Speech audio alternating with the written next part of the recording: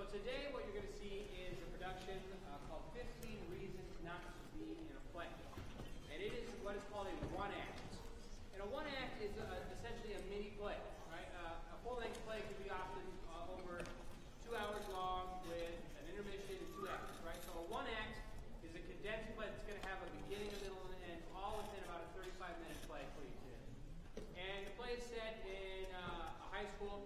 And it's a bunch of theater kids, ironically, telling you why you should never think about being in a play. All the wrong reasons. So they're excited to do this. So, you know, one of the things about Fine Arts Week is we like to teach you about the different etiquette in general in the performances you've been in, right? So, in a orchestra concert like we had perhaps this morning, or in the band concert on Monday, you politely clap when a song is done. We expect in a play that you're going to be a little bit more interactive with us as an audience. You can clap in the middle of it, you can find something funny. If something strikes you to be funny, you can laugh, you can react, you can be audible in an appropriate manner, right? It is a comedy, so hopefully it's going to appeal to you in that manner. But in terms of your etiquette and how you sit here, I'm seeing some feet on the chairs now, you don't want to do that. It's going to go dark in here as if this is a real play. You will not have the lights up in the audience. So any cell phone use is readily apparent to anybody on stage. Right? It's very rude to do that. They will see it. They will see that you are disengaging from that. And beyond that, you know, it's going to be dark. There will be some lights, but if you we would like you to remain in your seats for the entire time. If you do need to leave, try to leave during one of the little breaks in between the scenes. Okay? I kind of did a little math to Mr. Evertson there, actually. She's going to have to excuse my math here. But I did a little math, and a lot of these kids here have been in both the play and the musical this year. And the amount of hours that they have put in between rehearsing for that, building the set, tearing it down, for all those productions, has been the equivalent, and I did the math, of 45 8-hour school days. They have spent 45 8-hour school days in this space today. Right? And so, I think sometimes our theater kids get a little bad rap at times because they're kind of uber enthusiastic about it, right? We get that. They're very passionate about what they do. But they do that because they love it, and because they do that because it's a huge, huge commitment. Right? And so when you see us teachers up here in the fine arts talking about how you treat this space, this is a home to us. I've spent 45 days of my life this year in this space. Right? So we are very protective of it. And so that's why we remind you of these things. You are casual visitors here, but for us, this is a home. So we ask you to kind of respect the rules. I'd like to quick bring out Selma DeMazet, as she is the one who has directed this today. I have just been the advisor. Let's bring her on out, Selma. Let's give her a applause.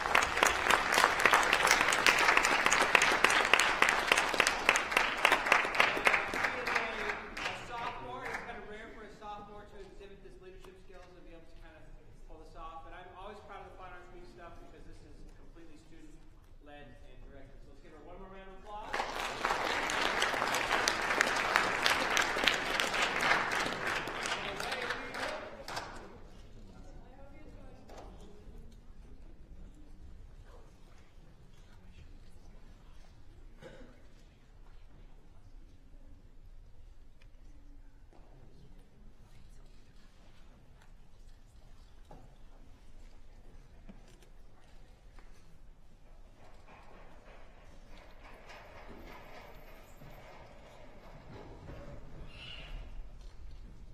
We are not here to put on a play.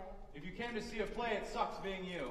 We believe that putting on a play is a bad idea. A horrible idea. A rotten idea. A putrid, stinky, slimy, greenish liquid oozing. You'd rather kiss your brother full in the mouth than deal with this idea. We aren't going to do it. Period. So don't ask. Don't plead. And whatever you do, don't beg. It makes us sick. But we're out here, and you may wonder why. We're out here with a message. We're out here with a warning. We're out here to teach you 15 reasons not to be in a play. Reason number 1. Play suck! Reason number 2. When you were in 2nd grade, you had a teacher named Miss Griswold. She was older than God and smelled like stale coffee and gym socks. Every morning when she came in, she said, Now, students, pay close attention. Focus, focus, focus is the key to success. She turned perfectly normal questions into sadistic games of chance that you would always lose. She created terrible methods of torture using construction paper and popsicle sticks. Miss Griswold, can I go to the bathroom? I don't know.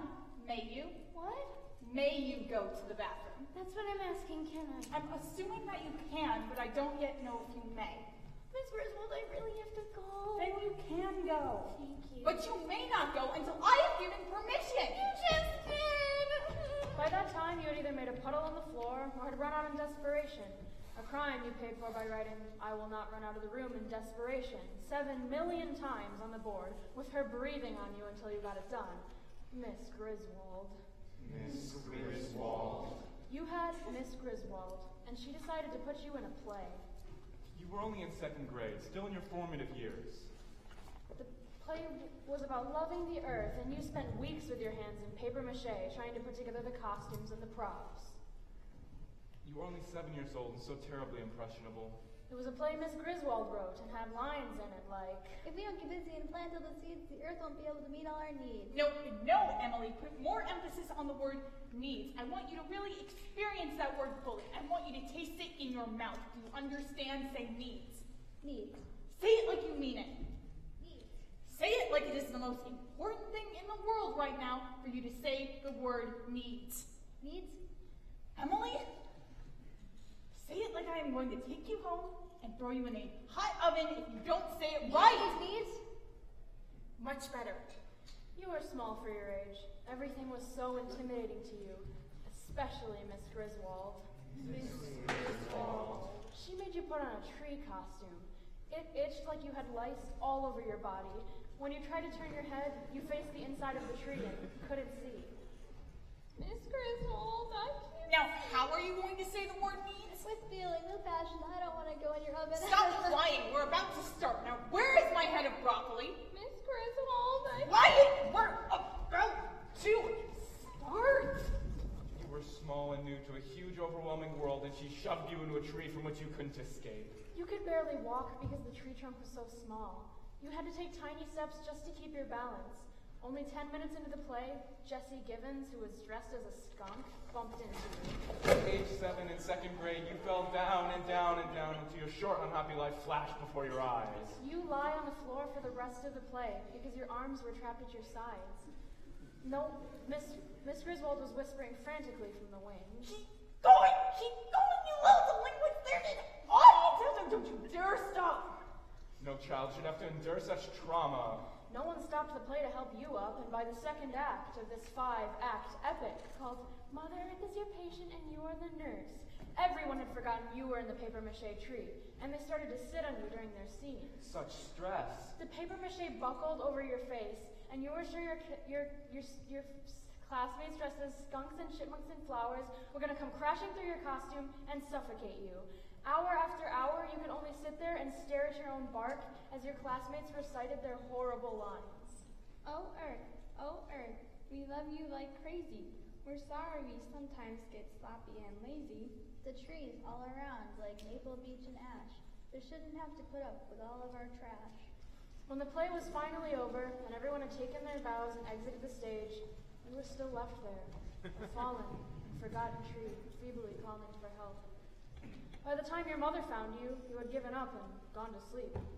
And in that sleep, you had your first nightmare, where Miss Griswold was a giant tree with 1,000 play scripts hanging from her branches, and you couldn't run, you couldn't scream, you couldn't move. That dream came back night after night for weeks and months. Eventually, you have it less and less often, but every time you have it, even last week, you wet your bed. A classic case of post-traumatic stress syndrome. You poor, poor child. So anytime you hear the word play, you smell papier-mâché, and you see the inside of a tree, and you hear Miss Griswold's voice saying, Needs! Needs! And you walk away very, very quickly. Reason number 3. Plays take passion and devotion and commitment. You can't afford to expend any of these things on a play when Travis Thorburn is alive. Look at him.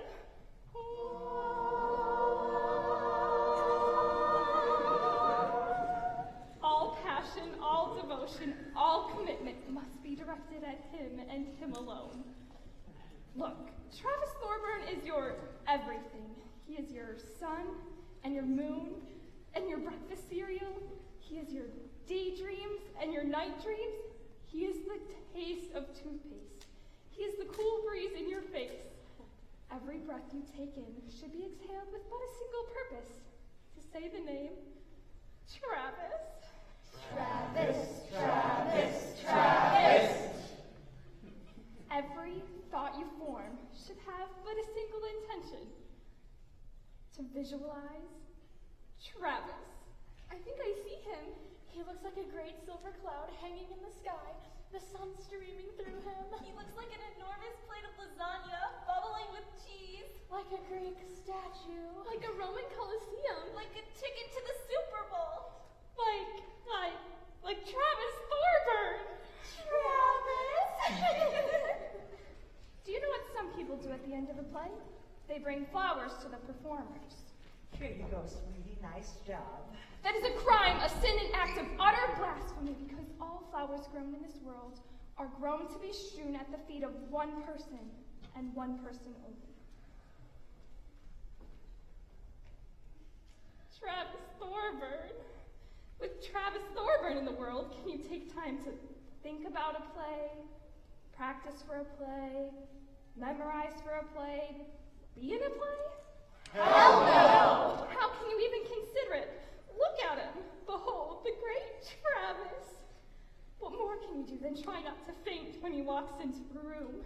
And if he should ever say to you, Get lost, I have a girlfriend.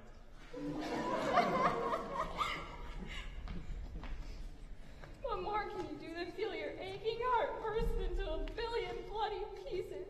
What more can you do than just lay down and die? Reason number 4. The play might have a part where you're supposed to hold hands with the person next to you. And the person next to you might have these wart-like things on their fingers, and you'll feel it as they're holding hands with them, and you'll just be thinking that the wart-like things on their fingers, it feels like a toad. And then you'll start thinking that the wart-like things might be contagious.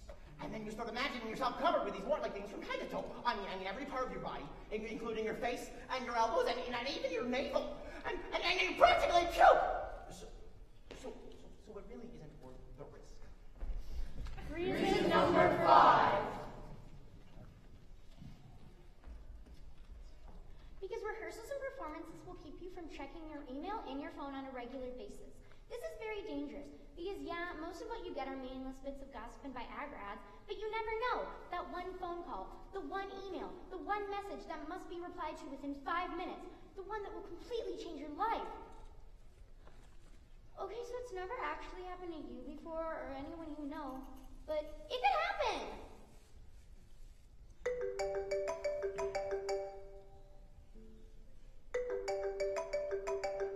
Hello? No, this isn't Karma's Tattoo Emporium. No, I do not want to get a tattoo there. Thank you. Bye. It could happen! Reason number 6. Because meteorologists tell us that the beating of a butterfly's wings in South America can trigger a chain reaction that can eventually cause a hurricane to form halfway across the world. We can expect sunny skies for the next 3 days. Absolutely gorgeous weather, with a 10-day index of 10. Right now, our weather is dominated by a sweet, high-pressure system that should keep us happy for a good long time. Putting on a play with its lines and movements and all will generate a significant amount of wind and hot air. By consulting with the National Bureau of Weather Predicting Guides with their numerous large computers and clipboards, If we take the barometric pressure and divide it by the average rainfall of the 8th most arid region of the Sahara Desert, the inverse proportion of the geometric, isometric, idiosyncratic, quadratic equation, and 2 plus 2 equaling 4, I think it's going to be a nice day. and by consulting with all the old people on park benches gumming tuna fish sandwiches. Hey, remember back in '54 we had that big hailstorm that took the roof off old McGivern's place? That wasn't in 54, you ninny. That was in 58. 54 was the year we had that ice storm that took the tree down next to the turpentine factory. Well, all I can tell you is we're gonna have good weather for the next couple days. My bunions ain't aching, and my scalp isn't itching. And my arthritis ain't flaring up. And by consulting with your stepbrother, who nearly almost passed his 10th grade of high school. No clouds. Guess I'll go outside today. By consulting all these expert opinions on the weather, you can see the kind of disastrous weather that putting on a play will trigger. So if you've been planning on getting some vacation time, I suggest you certainly take it. Wait. This just in. A sudden disturbance in the airflow has drastically changed the forecast. Forget all that I just said. We've got a massive storm coming our way. Great snow, sleet, high winds, all are about to cover us in less than 24 hours. Expect massive power outages. Now normally, panic. But in this case, Panic! These numbers can't be right. According to the algorithmic confabulation of the 10th power of the 39th, taking the square root of pi, in which the numerator sub-dissects the denominator, putting the hard drive into overdrive, we can see that we're gonna get clobbered! Oh boy, I'm aching. Mother McCree, my blankets are about to explode! Feel that pain on my forehead. Hasn't pulsed like that since the winter of Run for your life. Head for the bingo hall and crawl into your seat. You know what's good for you. Getting cloudy. I'll go inside. Mother Nature's fury unleashed, causing massive power outages. Fear, panic, trembling, all because... cleanup after the biggest storm of the century has barely begun. The governor estimates damages will be measured in billions of dollars, not to mention the untold lives of structures. The next question, of course, is what could it cost to master storm?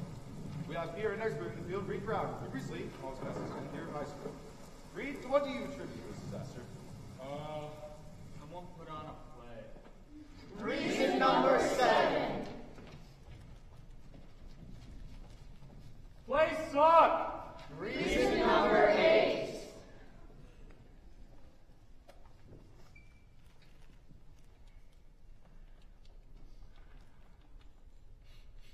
Because you're just too shy. You can barely get 2 words out in front of an audience. Whenever you have oral presentations in class, you just take a 0. If somebody tries to force you, you start to cry. A play? Oh, no. You're painfully shy. That would kill you. You would just die of embarrassment, staring out at those lights, knowing that people are judging you, judging what you're wearing, what you're saying, the way you're standing. I mean, you'd be mortified. It's a completely unreasonable request to ask you to be in a play. They might as well tell you to stand against a wall so they can assemble a firing squad and have you shot, right? You're shy, remember? Hands freezing, armpits dripping, knees knocking, head pounding shy. Is that a problem? Is it? Just because you're shy, can't you just stay in a corner and be that way? Or does this society absolutely require that, no matter how traumatic it may be, you have to get up on stage and do whatever some script requires? You're shy, darn it! Shy. So what if the script says, sing the ABCs like an opera star? Are you just supposed to go ahead and start singing away? A, B, C, D, E, F, G, E. No, that's way too much to ask of a shy person. I'm telling you, should the script require that you grab some strange guy and hold him close to you like he's your favorite teddy bear, if it commands for you to stroke his hair and grab his shirt as if you can't live without him, are you supposed to just go ahead and do that? No! If the script calls for you to kiss him passionately... No, I am saving myself. You see? He's too shy for that, and so are you.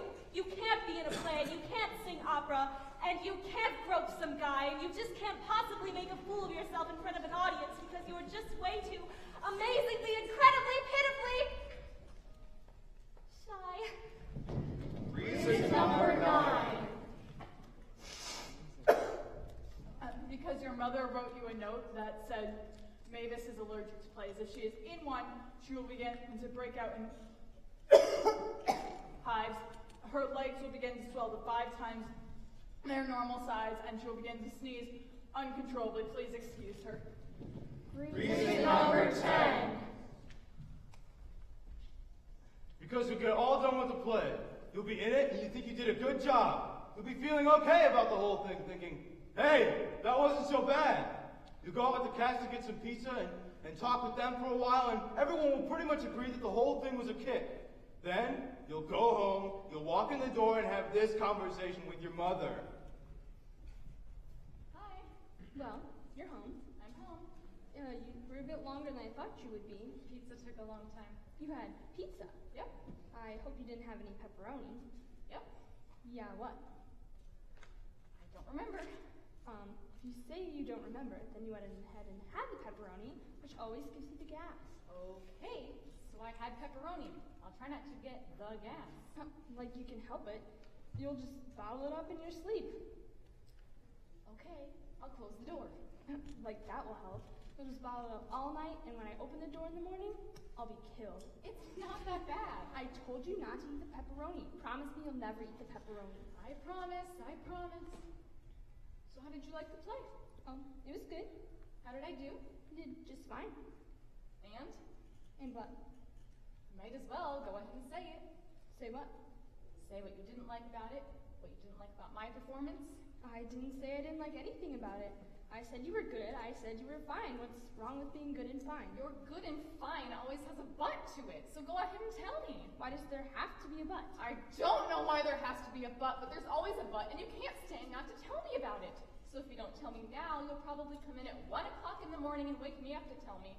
Or you'll decide to tell me just as I'm walking out the door to go someplace important, so go ahead and tell me now. Well, maybe, Miss Smart Alec, I don't have a but this time. Oh, now I know you do. If you try to deny it, it's big. Oh, really? Yes, really. A majorly huge but is now hanging in the air above us. Well, you'll just have to hang because I don't have one. Uh-huh. That's right. The play was good. It was. I was good. You were. Great. I feel good about myself then. I'm glad you came. Thanks for coming. I'm going to bed. There was one thing. I knew it. I didn't say but. There was one thing is the same as but. All right. Fine. It is. What do you want? Perfection? I'm your mother, a thinking human being, believe it or not. So when I come to a play or any other function, I just might have a criticism or two. Is that a crime? I am so tired. So, go to bed. I'll tell you about my butt in the morning. No. I'm fine, just like I was in the play. Fine. Except there was at least one little problem with it, wasn't there? Wasn't there? Well, no. You go to bed. Let me help you, Mother. Repeat after me. I liked the play. I liked the play. I liked your performance. I liked your performance. But? Now fill in the blank, I'm listening. Well, there are a few things, actually. Oh, goody. And then you'll be up until 2:30 in the morning listening to the woman take that good feeling you had and twist it like a dirty Kleenex until you never want to hear the word play again. Reason number 11. Play suck! Jake, that was your reason for number 1 and 7. Could you tell us anything more? Yeah, plays suck a lot. Could you be more specific? Oh, you want me to be more specific? All right, I'll be more specific. Plays suck because they're full of... National script, but it was found unfit for adolescent consumption. So you can take those plays and shove them... Oh, you like a full version of Dick Monologue? You can find it on the net as www.playsuck.edu. And that's why plays suck! Reason number 12. Because you have a little brother, 3 years old. You watched him last night as your dad tried to get him to eat his peas. Come on, sweetie, eat the little green things. They're good for you. No. You like them. You ate them all up last time, and they'll make you grow big and strong. Now, here come the peas, honey. Open up. No. What's the matter? Why won't you eat them? I don't want yucky peas. They are not yucky. You like peas. Why won't you eat them? Don't wanna. You have to eat the peas if you want some dessert. I don't want yucky peas. No. You watched your little brother throw a fit over the peas and thought, that's a beautiful thing. No reasoning, no logic, just pure reaction. Honey, why are you doing this? I hate peas. I hate them. Hey. You think, wow, wouldn't it be nice to go back to that way of thinking? Somebody comes up to you and asks you to do something, and your first thought, for no reason at all, is, no, I don't wanna. And you go with it. Hey, you should be in a play. No. Why not? Don't wanna. Come on, you used to like being in plays. It'll be fun. No. Why not? Don't wanna. I don't wanna because I don't wanna. That's no reason. Don't wanna. Everyone, Norma's being completely unreasonable. Come on, let's be in a play. No play. Stinky play. Yucky play. Wasn't that beautiful? Reason number 13. Because sometimes, when you're in a play, the makeup people tell you, a guy, you have to wear lipstick and blush. And they never have the right colors to offset your natural skin tones. Reason number 14. No, you cannot prove it. You suspect that you're the most important person in the world. Though you don't know why, you suspect that you're surrounded by spies and assassins whose only mission in life is to eliminate you. Everywhere you go, you catch glimpses of them scurrying around, watching you, observing you, every moment of every day. Though you cannot prove it, you heavily suspect that if you should let your guard down for even a second, if this silent, stealthy army of enemy infiltrators should catch you unawares and take you down, the consequences would be dire. Not only would your family suffer, but so would your community, your state, your nation. Your elimination will create a massive domino effect that will lead to the demise of the entire world economy. People will live on the streets and beg for scraps of food the world over if you are not absolutely and completely careful. Though you cannot prove it, you are almost certain these insidious watchers are just waiting for you to be in a play. They are holding their breaths, fingers poised on triggers, eyes trained on sights, for that one moment at the climax of a play when you forget that you are the world's most important person, and then poof! In an instant, it will be over. The devastation will begin. Though you cannot prove it, you are almost certain it will happen if you make the fatal mistake of being in a play. Reason number 15. Go. I don't have number 15. She has it. I do not. You said you had it. You're insane. I never said I had number 15. Who said I had 15? Wait. I've got it. Oh, great. All right. Number 15. Number 15. Because there might be a part in the play where you have to hold hands with the person next to you. And No. We already did that one. You can't do repeats. we did? Yeah, we did. Oh, we did, didn't we? Sorry. This is terrible. What happened to it? Somebody's got to have number 15. Hey, everyone, look around. Reason number 15's got to be around here someplace. 15? No, not there. Hey, check your account. Wait a minute. Why do we have to have 15? What's the big deal about 15? We have 14 good ones. Hell, 10 would have done the trick. Or 2 for that matter. Why not just leave it at that? We can't just leave it at that. We told them we had 15 reasons. We got to come up with 15. Says who? Says your mother. What are you saying about my mother? Back off. Look, we don't have to panic. We just have to come up with the 15th reason. He's right. We promised it. We should deliver. Hey, now, who saw it last? Play suck! Jake! You can't do that one again either. Why not? I did it before and they still suck. It was cheating before, and it's worse cheating now. Whatever. All right, look, we obviously lost it, but we can come up with something. Come on, think. Reason number 15 why not to be in a play.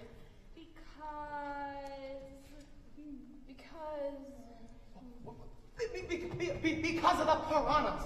Yeah. Okay, what about the piranhas? Because they have No. they're biting little fish. Yeah. Come on. And you got it. And the piranhas will Go on. Come on. Come on. You got it. You can do it. Come on, you're hot. I forgot it. All right, keep trying. Reason number 15.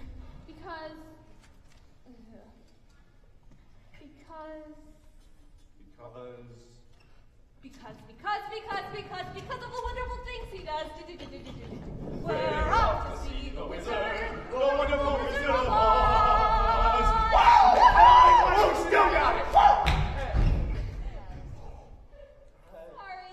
I love that musical. Can we please concentrate?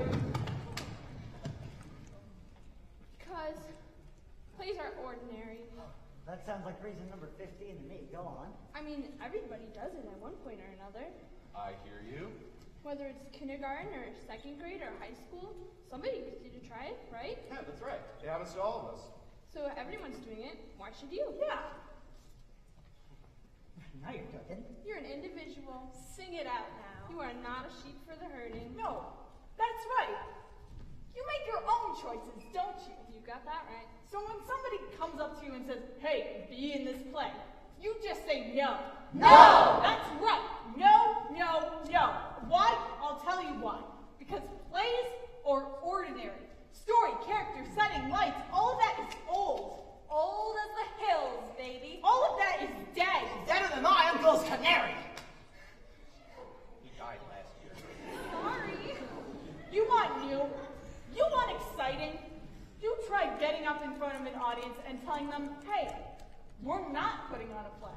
In fact, we're going to spend the next half hour telling you why we're not putting on a play. And you, my friends, you are going to have to love it. Did they? What?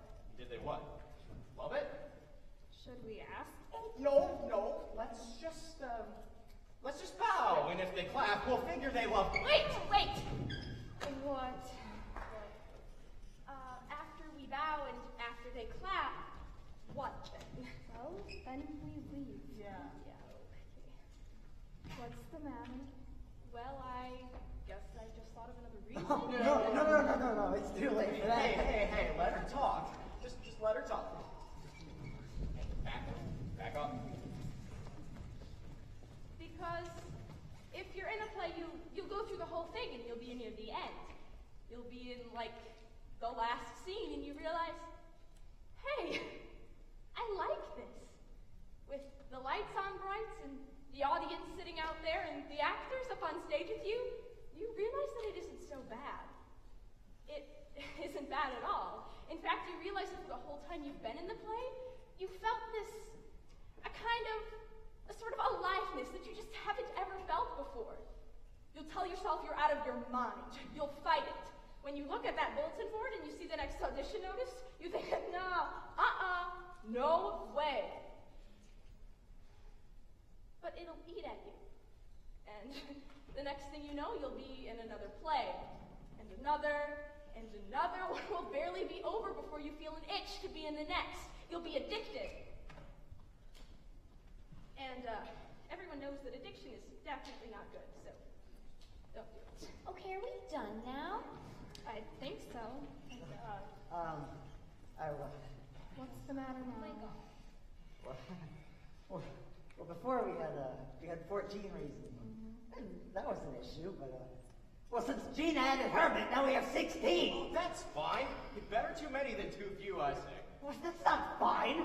The play is called 15 Reasons Not to Be in a Play. Not 14, not 16, 15 reasons. Okay, jeez. Just don't blow a gasket. We'll figure it out. Somehow. How? Somehow?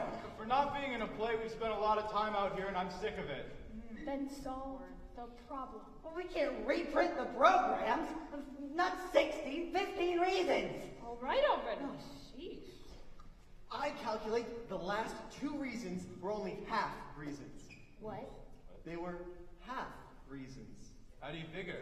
Because if they were not half reasons, we may be out here for the next 3 hours trying to figure out how to subtract a reason or start the whole thing over or tear up their programs and handwrite new ones or turn back time. And since you yourself said you're sick of being out here, I calculate the last 2 reasons were only half reasons. Got me? Yeah, I can buy that. Everyone, those last 2 reasons were half reasons. All in favor? Aye. Opposed? And since 2 halves make 1, ladies and gentlemen, and since we were at 14 reasons before this whole problem arose, and since 14 plus 1 does indeed equal 15, you have just witnessed 15 reasons not to be in a play.